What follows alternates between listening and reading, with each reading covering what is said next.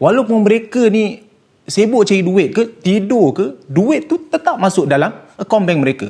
Sebab lubuk buat duit ada di sini. Nama saya Hafiz Arif. Saya berasal dari Selangor. Saya dari keluarga yang sederhana. Mak saya dahulunya menjahit dan bapa saya seorang kontraktor kecilan saja. Mungkin itu sebabnya mulalah datang minat saya pada niaga. Saya cari duit untuk survive sendiri kan. Tak nak susahkan mak ayah saya. Lepas habis saja SPM, saya sudah mula ceburkan diri dalam niaga. Jual air dekat depan sekolah, jual buku-buku, jual kerepek dekat depan bank. Kemudian saya mula sambung belajar di UTM. Selama 6 tahun saya belajar macam-macam bisnes yang saya buat. Dari pemerhatian saya lah, bila kita buat bisnes yang kecil, usaha tu dia memang kena kuat. Barulah hasil tu dia akan datang pun kuat juga. Awal-awal tu memang okey. Tapi bila lama-lama tu dia dah mula jadi sangat penat. Dari situlah mula saya fikir, tak ada ke produk yang aku boleh jual sekali je tapi untung tu boleh dapat berulang kali. Setiap kali tu saya solat, hari-hari saya doa nak bebaskan diri dari hidup susah, nak bahagiakan mak ayah kan. Pertemukanlah aku dalam satu peluang bisnes yang untung dia ni berpanjangan. Ditakdirkan pada November 2014. Dikala memang ngam lah, tengah sasak duit dan tengah terdesak untuk cari duit, masa itu di media sosial saya nampak ada satu iklan ni, peluang jana pendapatan pasif seumur hidup. Betul ke benda ni boleh dapat duit kan? Jadi saya baca-baca, ajak orang guna SIM card tu. Wow, tiap kali orang tu top up, kita akan dapat duit. Jadi dari situ saya terfikir, kalau seumur hidup orang tu guna handphone, maka seumur hidup lah saya akan terus dapat duit. Jadi masa itu terus datang minat saya dalam bisnes ni. Tak banyak cakap. Malam tu saya jumpa terus sahabat saya ni. Saya minta dia terangkan saya tentang bisnes. Malam tu juga saya daftar. Balik rumah memang dah tak tenang dah. Hati tu dah tak tenteram, excited. Tak pernah saya rasa macam tu.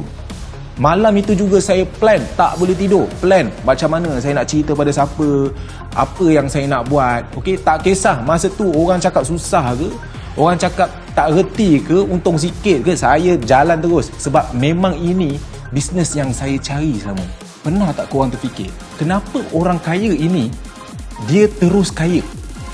Sebab bila mereka ada duit, mereka akan pastikan duit itu bekerja untuk mereka. Walaupun mereka ni sibuk cari duit ke, tidur ke, duit tu tetap masuk dalam akaun bank mereka. Tapi kebanyakannya orang biasa ni dapat duit saja, kita akan habiskan. Kita tak terfikir pun macam mana nak cipta duit, macam mana nak cipta mesin duit bekerja seperti orang-orang kaya ni. Itu sebab kita lihat ramai orang yang umur dia dah lanjut pun dia masih lagi cari duit. Jadi kita sebenarnya kena cipta mesin duit seperti orang kaya ini. Itu sebab saya pilih bisnes tu. Kita lihat zaman dulu, manusia habiskan banyak masa di surat khabar. Tapi sekarang, kita habiskan banyak sangat masa dekat handphone. Kerana apa? Sebab ia satu keperluan. Dulu kita tengok, ada 3 telco sahaja dekat Malaysia. Celcom, Maxis, Digi. Tapi sekarang, ada lambakan telco dalam Malaysia ni. Kerana apa? Sebab lubuk buat duit ada di sini. Bisnes telco ni buat keuntungan memang main bilion. Maxis 1.4 bilion. Sama juga macam Digi. Celcom sekitar dalam 1.6 bilion. Kebanyakannya manusia yang terkaya dekat dunia ni, mereka ni berkecimpung dalam bisnes telco. Jadi bila kita mulakan satu bisnes, saya cadangkan kepada anda, tapis dahulu 3 perkara ini. Yang pertama, mulakan bisnes modal yang kecil dahulu. Kerana 80% bisnes tidak boleh bertahan lebih daripada 3 tahun.